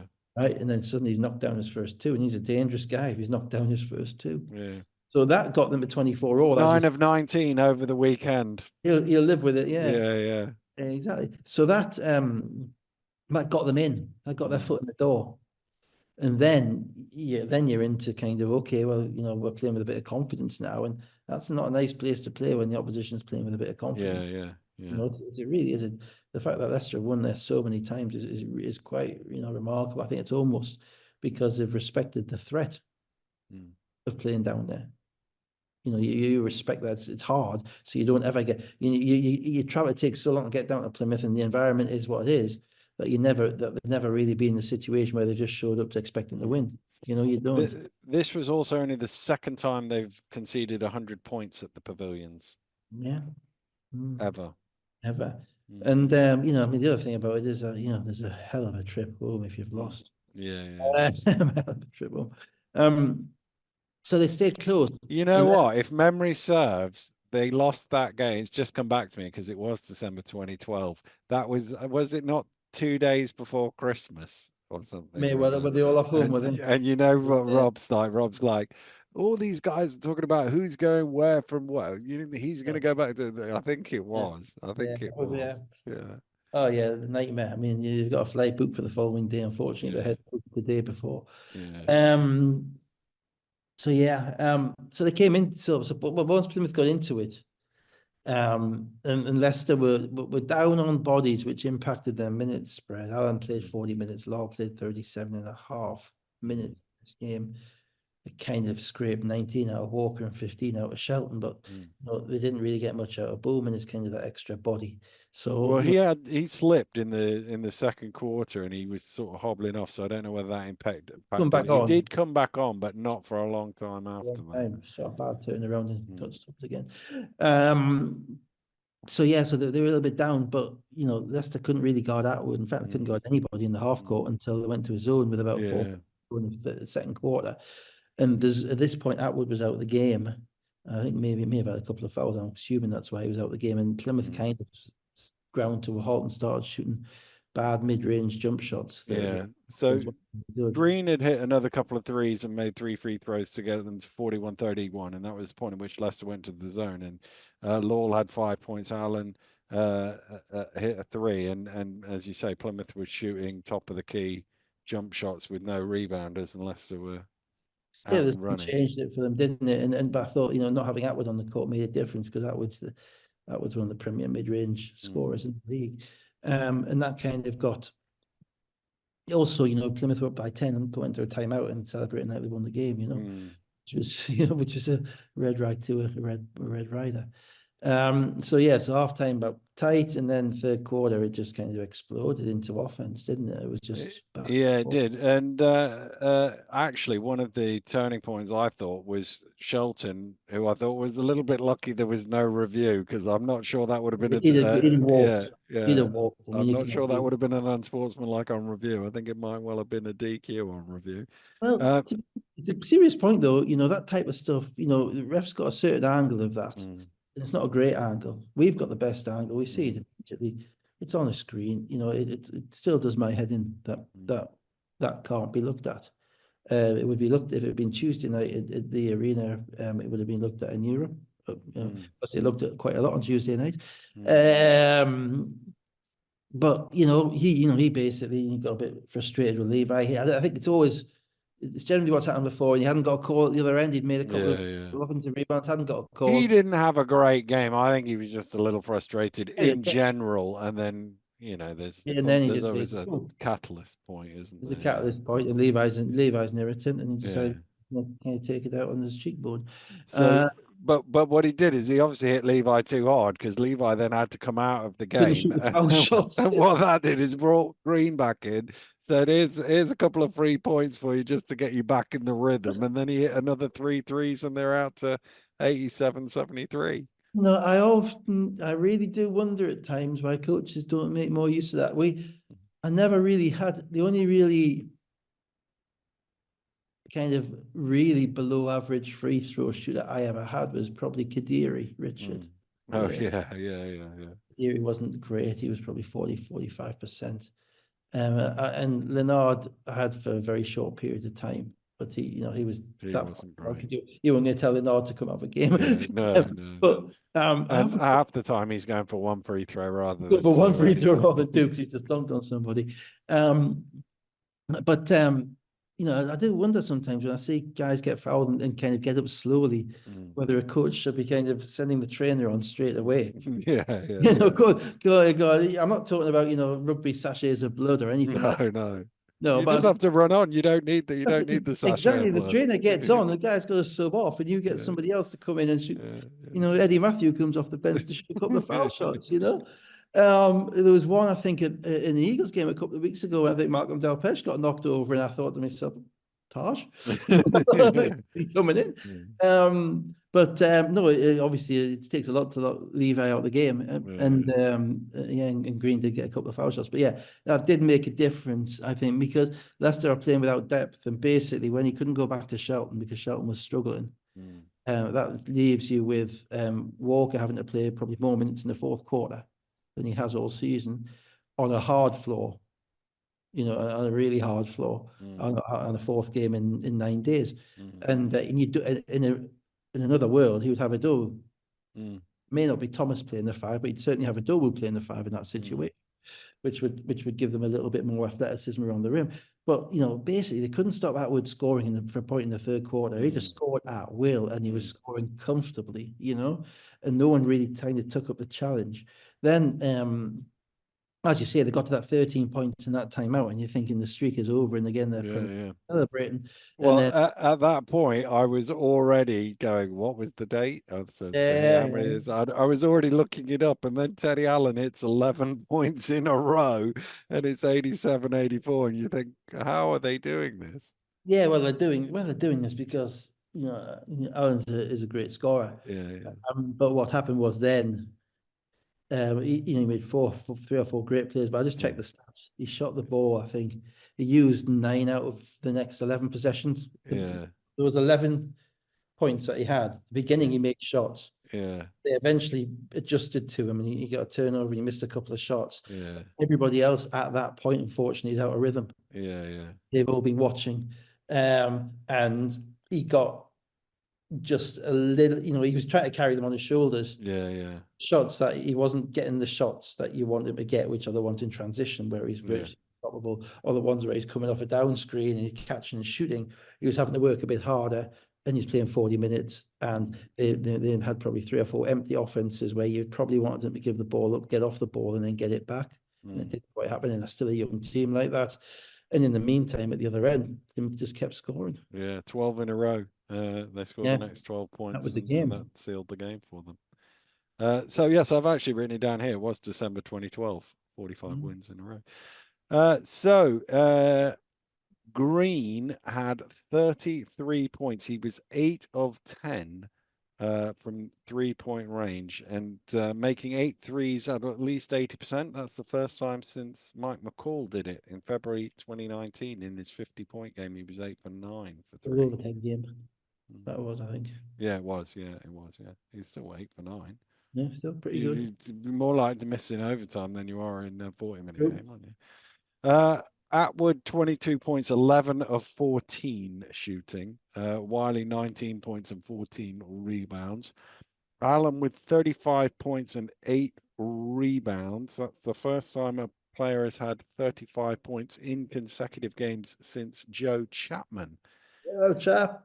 who had Hey. he saw it on Twitter. I tagged him in it. Yeah, So right, cool. he had 37 and 38 or 37 and 36 back in 2 days as well, 2nd and 3rd of February 2012. He that was One other player has he was done it MVP since, that season. That was his MVP season. yeah. It One was, other player has done it since 2008, and in the live stats era, scored 35 in consecutive games, 35 plus in consecutive games. Any guesses? wasn't Jay Sean, was it? No, no, it wasn't. It wasn't a Newcastle player. That's It's not a generally Newcastle player. my next Yeah, guess. yeah. Since 2008. What, James Life? No, not a bad shout, but no. No. You're having to go back to the beginning of the live stats era to get this one. Oh, right. So 2007, 2008. Ooh, Danny Gilbert. Live stats started in 2008-9. 2008, 9. All right. Midgley. No, right team, wrong player. Andre Smith. Andre Smith. Andre Smith did it. I can't remember. I think he had 40 and 36 or something like that. I can't remember exactly. Mackenzie 19 and Lowell 13. You see, these quizzes are good because I just pick a random quiz knowing you'll eventually Get to the answer. get the answer somehow. It's like six degrees of separation, haven't you? Yeah. I need a few. I need the odd little Yeah, thing yeah, here or yeah, there, but yeah. we'll get there eventually. Yeah, Uh, Andre. Yeah, yeah. and also, that was Paul James' 50th win against Leicester. He is the first coach to win 50 games against Leicester. Waiting for it for a while, hasn't he? He has. The funny thing is, I tweeted it years ago now. It must be 2 or 3 that he was on 49 and they were playing Leicester that night. And I do remember some wag on Twitter came back when it's going to be a long time. And he was, and for some reason I was sitting there watching the second game and I went, oh, that's the 50th win, isn't it? Let me go double check that. I think Fab was second, Yeah, Cadel so was you think. third, and Nurse and Robbie Pears, I think, had 30 each as well. So let's go to the final game. Cheshire, speaking of Robbie Pearce, Cheshire Phoenix 100, Caledonia Gladiators 93. So the title race goes on to March, Dave, just like I told you it would. Yeah, as ever, I Yeah, bow yeah. down to you. And there's only 2 teams left in the title race, though, because Caledonia, I've failed to mention that earlier on that loss. Not well. Yeah. The Whelan was back, which is good news for those of us of a GB persuasion, although he was tape strapping on his hand. Coming off the bench, Nick's flurry of threes mid third quarter, as they often do, and they're out to an 18-8 lead. The first quarter. Yeah. Yeah, first quarter. Yeah. Sorry, yeah. Yeah, this game is just in the box score. Mm. Box score, every single Caledonia starter is a substantial negative on the plus minus. Every single Caledonia bench player is a positive. Mm. I was I mean, I'm it's not my team, and I know they're coming off a win, but you know, if Patrick Whelan's healthy, I can't contemplate not starting him. He's been there all season. And he was healthy because he made 5 threes. If Quade Green is going to be a point guard, and it's quite clear he is going to be that point guard, and it's been quite clear since Thursday night, and they've had a week of practice with him. Then I can't contemplate not starting him. I just think they got into a right mess. You know, with they started this lineup with Bothwell, Kyle Johnson, Onwath, Paliza, and Ali Hodzic. My guess is that lineup's hardly played together all season because Kyle Johnson's been coming off the bench when Paliza and Ali Hodzic are on the bench. Yeah. It's a lineup without a clear kind of primary option because Bothwell's playing the point. Kyle Johnson never really touched the ball, to be fair to him, in that time. They kind of played through Ali Hodzic a little bit. Paliza never really got a look. And they ended up with, relying on Onwas to make those little flippy shots and all of that stuff. And then they did the same at the beginning, and I'll sketch ahead. They did the same at the beginning of the third quarter, which is when they blew the game open. And it just, there is so much more to come from that Caledonia team. And it might just be that it's just too early in the gestation with, Quade, Green. Green, of course. Mm. You know, to basically throw him out there. But you know, I'm always of the view, you know, if you've got a guy, if you've got a talent, or you sign a guy to be your point guard, he's your point guard, Mm. and you don't muck around with making him your point guard. The more reps he gets, the quicker he gets. Mm.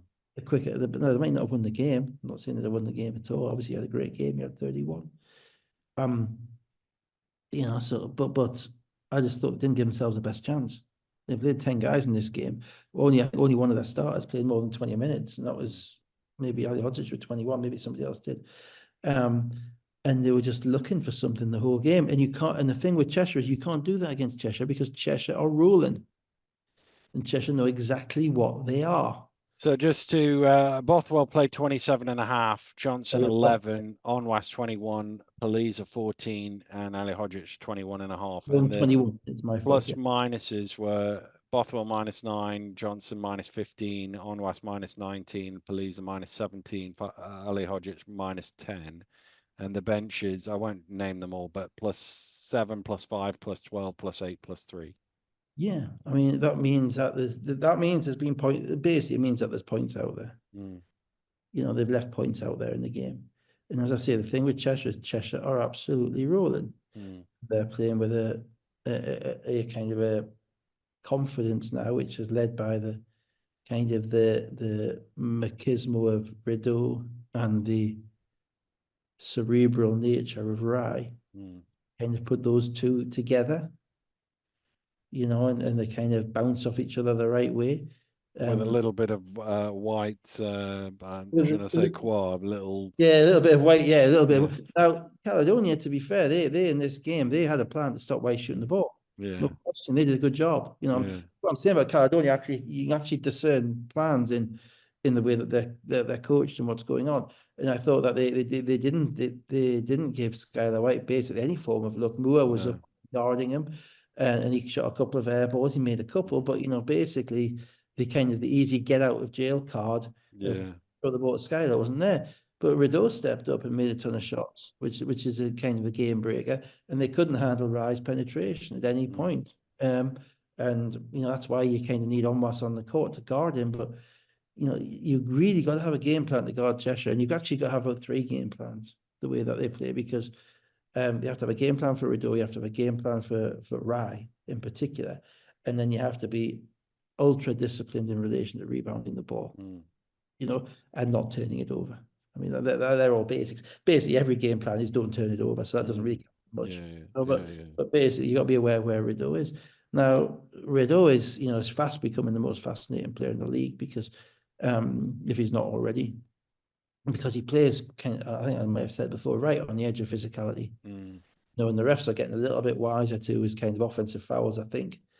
Not all the time, though. I mean, there was one in the third quarter where he absolutely leveled Jimenez with a kind of a sharp little elbow on the baseline, and Jimenez got called for a blocking foul. Which I'm looking at thinking, you know, you've got to be aware of the nature of the various different players that you're playing. There was another one, I think, where again, maybe in Jimenez on Malcolm, where he basically bounced him about 4 feet backwards. Didn't fall over. Probably wasn't offensive foul, but they're all right on the borderline. He's playing with that physicality, you know. And now he's knocking down the 3-point shot like he belongs. You know, and so when he's knocking down that 3 off the dribble, it makes it harder to go into screens. It does, yeah. And stay in front of him. But I still put a lot of this game came down to, you know, Rye being they couldn't guard Rye. And you know they kept letting him go left. If you let Aaron Rye dribble left, he's going to kill you. I'm telling you, you've got to keep him on his right hand, make him go in a straight line on his right hand, meet him with another body, make him finish over you because that's the, you know, once he's into body control mode and spin mode, you're done. His footwork is just too good.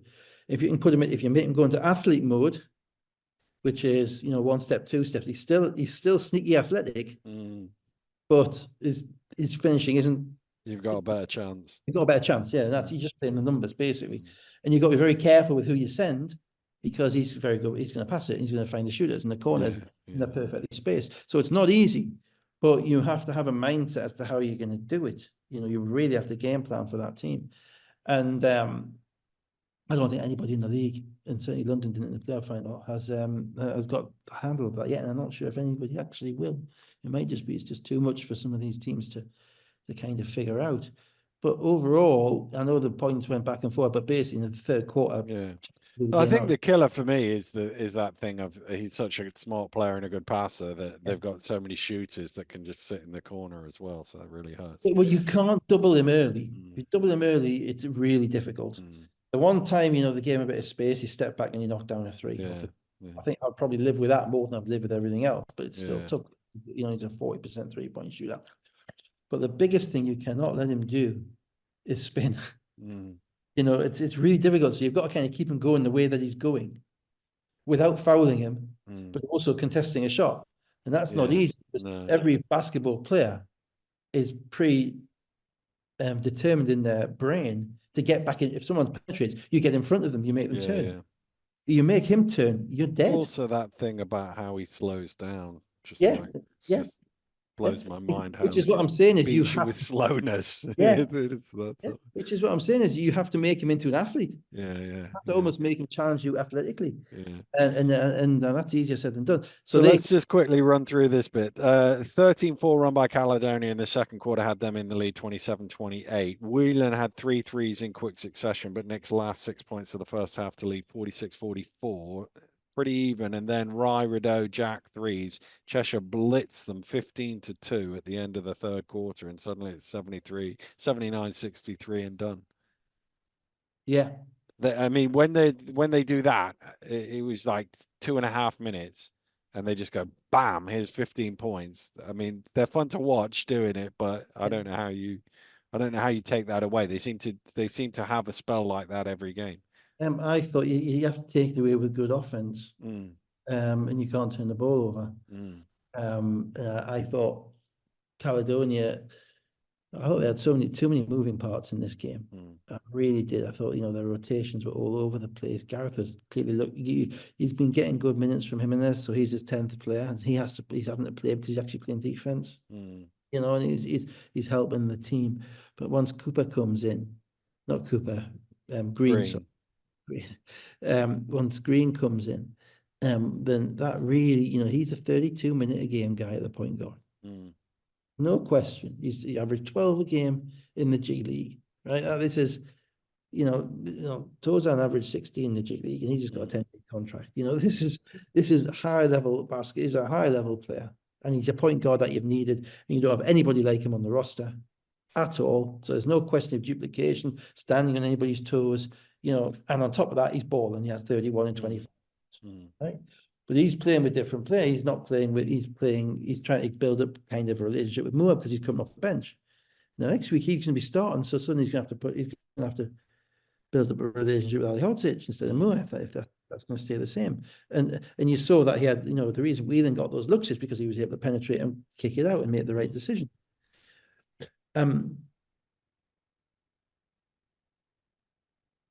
I thought they needed far more certainty in who was playing with who when. mm, I looked at, Paliza played, obviously he was struggling in this game. I mean, he's minus 17. I get that. But he wasn't playing with Cooper, Green. with Green. Sorry, I keep going Mm, Quade. Where am I get that from? Quinn Cooper. Quinn mm, Cooper. mm, He wasn't playing with Quade Green or Quade Green, right? Now, I want to see Green, Whelan, and Paliza. I want to know how you guard that. mm, I don't think I saw it in this game, right? But with Green in the high screen and roll, with Moore, with Whelan on one wing, Paliza on the other wing, and either Fraser Malcolm in the corner or Prince Onwas or whoever in the corner. mm, I want to know how you guard that. mm. And we're going to find out in about probably 2 or 3 weeks' time, I think. Yeah, So it's yeah, going to yeah, happen. yeah, yeah. But for me, I don't know if it's all about winning that game, and maybe it's not. Maybe it's about, fitting them all into the pattern of the team. But I want to see that lineup. Mm, And I didn't see that lineup. I saw bits and pieces of it in different. And when you're playing 10 guys, and your bench is basically outplaying your starters, the question is, did I have the right starting unit? And that starting unit to me was not what it needed to be. And that means that when you bring your bench in, that's probably a little bit discombobulated as well. mm. And Cheshire kill you. And we've talked about it before the end of the third quarter. Aaron Rye takes over, gets to the rim. Aaron Rye's getting layups and threes. and foul shots, you know. And if they're missing, they're crashing the glass, and they're almost more dangerous because Charger's not playing because they've got so many of the wings on the court and the shooter on the court. And yeah, that was a game. Cooper Green tried to bring him back, Yeah. but too much. Not Yeah. scoring race, Yeah. 95-point rule, everything Yeah. against. Yeah. Bit chippy at the end there as well. Ali Hodgic called Yeah. for an unsportsmanlike foul. I thought that was a little bit harsh. If I I thought did think that was. Shelton got on the light end of the thing, I thought he got on the harsher I end thought of that the was thing. kind of Rideau just milked that. I mean, Yeah. he went down as if he'd been shot, and basically, he made a movement up, but he didn't hit him. I was watching it with the commentary down, and I was thinking that's not an unsportsmanlike foul. I think, as I say, I think Rideau's a difficult guy to ref because Josh didn't think it was an unsportsmanlike foul didn't either. he know? No. He's a difficult guy to referee though because there's lots of contact, lots of body movement, there's a few histrionics, and I don't think they did a particularly good job of assessing that. I'd like to see Keith ref Rideau. Yeah. Let's get yeah, Yeah. a petition for St. Keith to Yeah. Ellesmere. And Neil. And Then Rye and Ali Hodgic both got technical, so Ali Hodgic ends up being disqualified, and all right, okay. Well, off he I goes was to the I was basketballed out by then. I'd given yeah. up.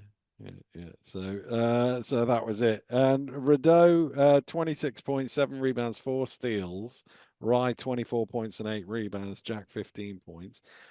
Green, 12 of 16 shooting, 31 points and 6 assists.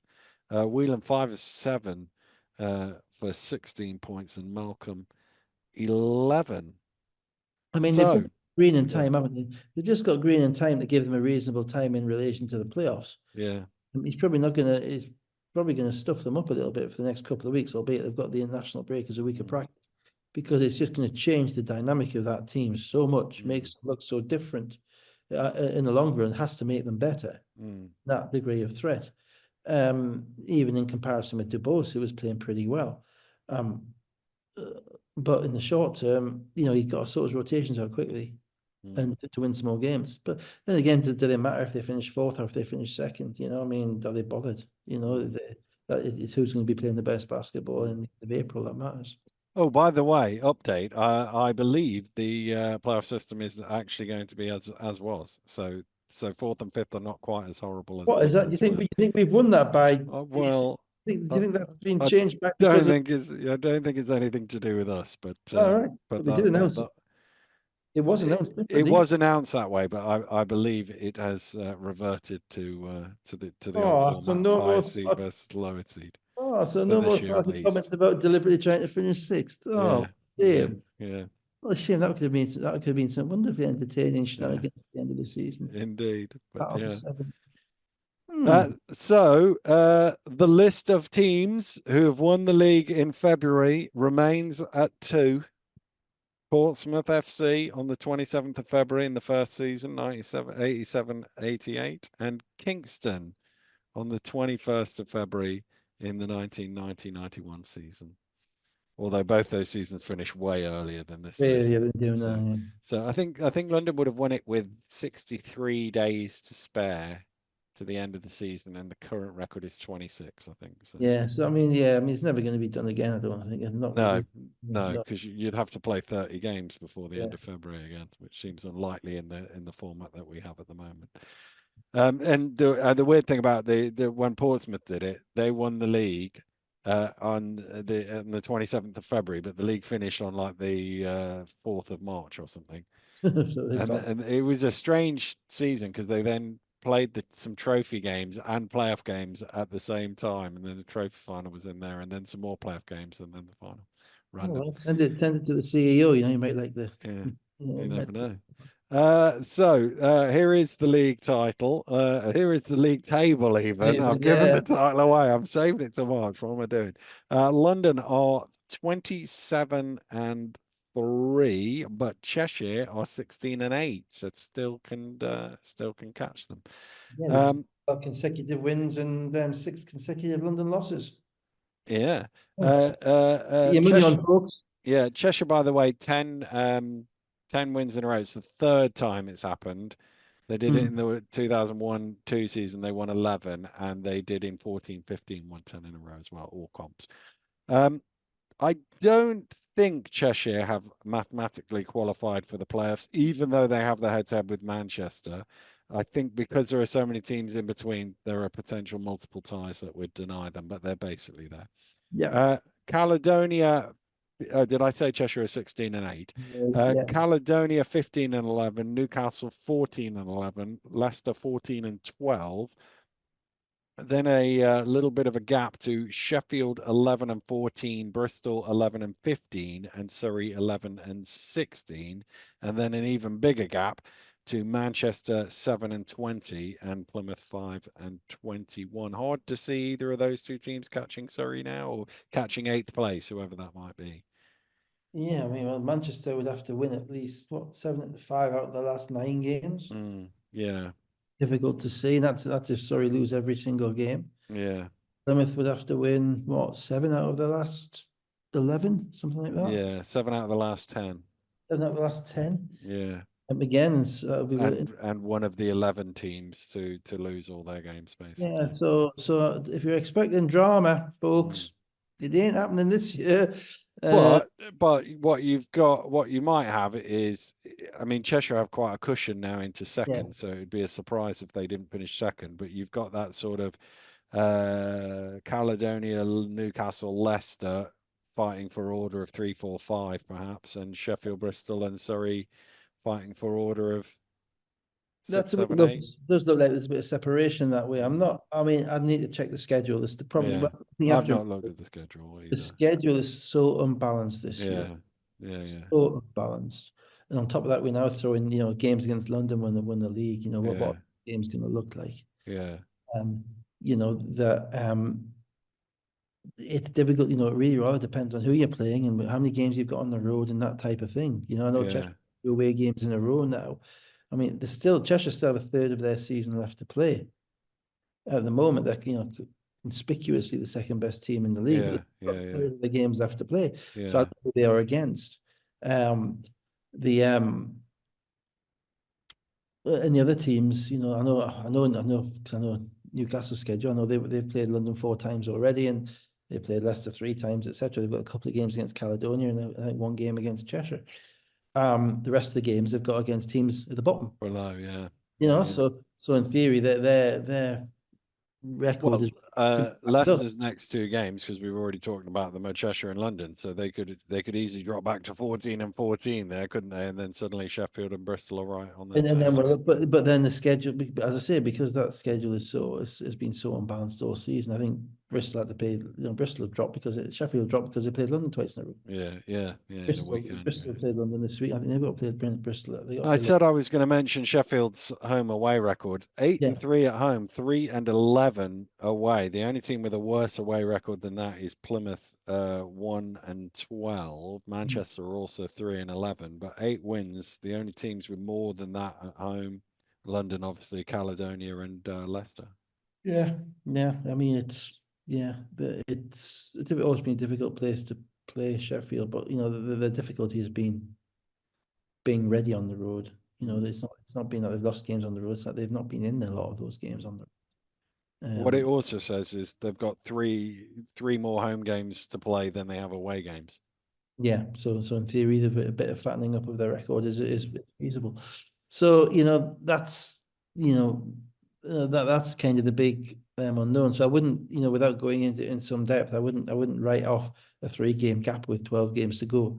I think a 5 or 6 game gap for a team that's won 5 or 6 games all season, you would write Yeah, off. yeah, yeah, yeah, yeah. But all those other teams, I'm not so sure. I also think Caledonia are going to get better. They have to with Mm, Green. mm. They're going to be a tough team to beat if everybody is healthy and he gets them sorted out and gets the rotations right because they've got a lot of pieces now. And the one thing they didn't have was a dynamic scoring and assisting point guard, which they now have, who's has the capability of transforming that basketball team. Yeah, it's Um, interesting because Caledonia have sort of fallen back to the pack with their recent losses, but you feel like they're going to pull back away, and it will be you do, yeah, probably Cheshire absolutely. and Caledonia in second and third, I would have thought. Think so. You'd think that they've got a shot at it, but then Mm, again, I look at Caledonia's 0-2 against Newcastle. mm. So, if Newcastle beat them once more, then they've got the head-to-head, and if Mm. Newcastle beat Manchester next week, then they're 15-11 on the same record. Yeah. So and then, as I say, don't rule out that Leicester team healthy. That Leicester team is seriously talented. Mm. And they have a few little tweaks to make in relation to, I think they need their full personnel, not to stretch themselves a bit thin, Mm. because they're very much the amount of their parts, as opposed to kind of being able to deal with a couple of players down. Mm. But if they keep Allen, on the straight and narrow, and McKenzie keeps a grip of that team, then their defense won't be as bad as it was this weekend. They'll not give up 109 points again to anybody. Yeah. You won't let them.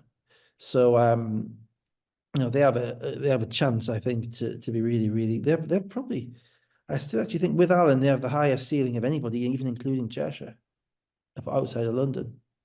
But that is on the basis, as I say, you can't have situations like that in Leicester and Plymouth today, whereby they had like 4 dead possessions where everybody was watching Teddy. Yeah. Like, you can't. That's not going to, and that's going to be a difficult kind of line to tightrope to walk Mm. when you've got somebody who's as talented a scorer as that, and making sure you get the shots that you want to get.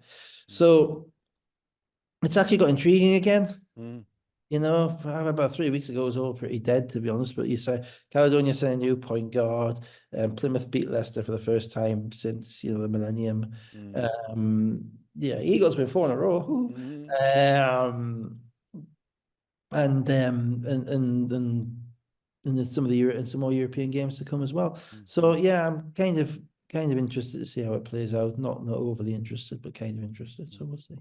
Are we going to do a GB special next weekend? They're playing what, Friday and what, Monday? Is that I right? think so, yeah. I'm not. My problem is going to be I've got 7 games over the weekend. Whether I can find time for the 2 GB games. Yeah, Not doing I'm it. certainly going to go along to the Holland game. Yeah. I don't want to have to rant. Yeah. Let's see how it pans out and see if we need an emergency rant. I just want to say, before anybody jumps to judgment about this team, firstly, the guys who are there are going to be there because they want to be there, Mm. and they're committed to be there. Mm. And secondly, we've had a year where they've done nothing. Yeah. A year which has been absolutely wasted by the inadequacy of the administration. Good night. So there we go. On that little mini rant, a little taster rant, we'll call it a night. We might be back next week. If not, we'll be back in a couple of weeks' time. Back to the action to see if Cheshire can chase down London in the title race. But for now, have a great week, everybody. We'll see you soon. Goodbye. Guys.